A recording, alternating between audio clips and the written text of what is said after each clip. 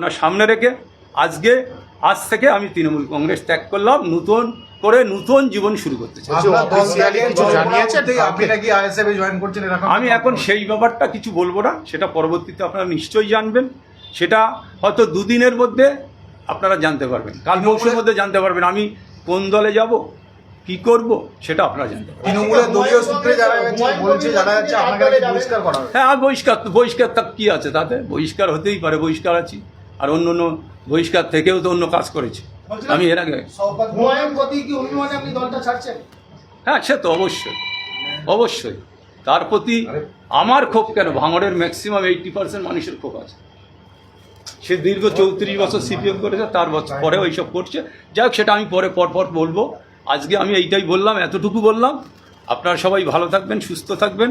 আমার নতুন জীবন, আমি নতুনভাবে আবার আমার নতুন জীবনকে শুরু করতে চাইছি।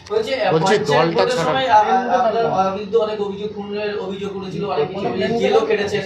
সেই সব পরিবারগুলোর সঙ্গে কি দেখা করবেন বা তাদের সঙ্গে কথা বলবেন?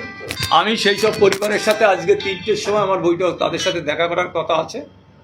যেহেতু আমি তখন তৃণমূলে ছিলাম, তৃণমূলের সময় আইএসএফের কর্মীরা মারা গেছে আমার সময়। আমি কিন্তু সেই সময়টায় দল কেন, গোটা বাংলার মানুষ জানে যে সেই সময়টায় আমি যখন গুলি চলেছে, মার্ডার হয়েছে, আমি সেই সময়টায় বিডিও অফিসে আমার সিসিটিভি ক্যামেরা থেকে শুরু করে টোটালটা আমি তুলে হাইকোর্টে সমস্ত দেখিয়েছিলাম যে আমি ওই সময়টায় কখন, কোথায়, কোন টাইম আমি তখন সেটা বলেছি যে ওই সময়টায় আমি ছিলাম না। সেটা ভাঙড়ের মানুষও জানে। সেই কারণে আমি তাদের সাথে একবার দেখা করি। বলছি কি মূলত কি কারণ এত বছরের যে দলটা করেছেন, এত ভালোবাসা? শুনুন, এই কারণ বলতে গেলে 3.5 ঘন্টা লাগবে আমার। একটু সংক্ষেপে যদি বলেন। এখন কিচ্ছু বলবো না, হঠাৎ করে এখন শুধু শওকত মোল্লার উপর এখন কিচ্ছু বলবো না। দলটা ছাড়লাম, পরবর্তী শুরু হলো তো, তারপরে আমি কোথায় যাচ্ছি, কোন দলে যাচ্ছি, তারপর তো আমি নেতাদের বিরুদ্ধে বলবো যে কি কারণে দলটা ছেড়েছিলাম। কারণটা আজকে মমতা বন্দ্যোপাধ্যায়ের সাথে আমার থেকে বেশি কারোর সম্পর্ক ছিল না। তা সত্ত্বেও সেই মমতা বন্দ্যোপাধ্যায় আমাকে 3বার বহিষ্কার করেছে, 5বার জেল খাটিয়েছে। আমার যদি এই বহিষ্কার করলো, তাহলে আমার জেল খাটানোর দরকারটা ছিল না। 6 মাস আমার জেল খাটালো, তারপরে বহিষ্কার করলো। তারপরে সেই দল বারবার আমার ডেকেছে, আমি গেছি দলে, রাজ্য বিশ্বে বিভিন্ন জায়গায় গেছি। আমার 3-3টে চিঠি করতে বলেছে, আমি করেছি। তারপরেও দল গুরুত্ব দেয়নি। আমি কী করবো? আমি কি বসে থাকবো? না, আমি কিছু করতে হবে আমার। তারা আমার বারবার অপমান করেছে, আমি সেই অপমান মাথায় পেতে নিয়ে ঘুরে বেড়াবো? সেই কারণে আমি দল আছি। ভোটের মুখে যে কোনো রাজনৈতিক দলের সঙ্গে সরাসরি কথা হয়েছে, মানে কোন দল? এটা আমি এখন বলবো না। আমার সাথে অনেকেরই কথা হয়েছে, আমি এটা এখন বলবো না।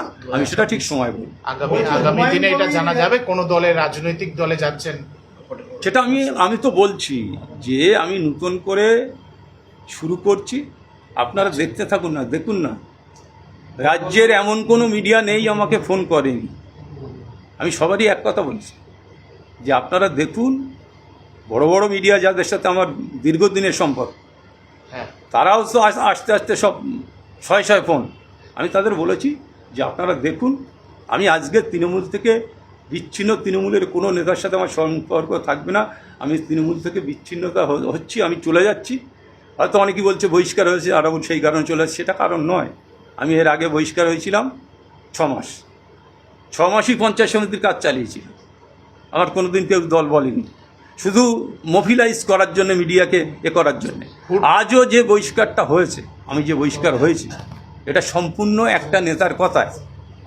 কয়েক কোটি টাকা নিয়ে আমাকে বহিষ্কার করা হয়েছে। এক নেতা কয়েক কোটি টাকা দিচ্ছে আরাবুলকে বহিষ্কার করা, তার কথা মতো বহিষ্কার হয়েছে দল। এখন আমি সেই জায়গায় যাচ্ছি না। আমার বলার এখন প্রচুর আছে, আমি পরবর্তীতে বলবো। আমি শুধু আপনাদের বলবো, আপনারা ভালো থাকুন, সুস্থ থাকুন। আগামী দিনে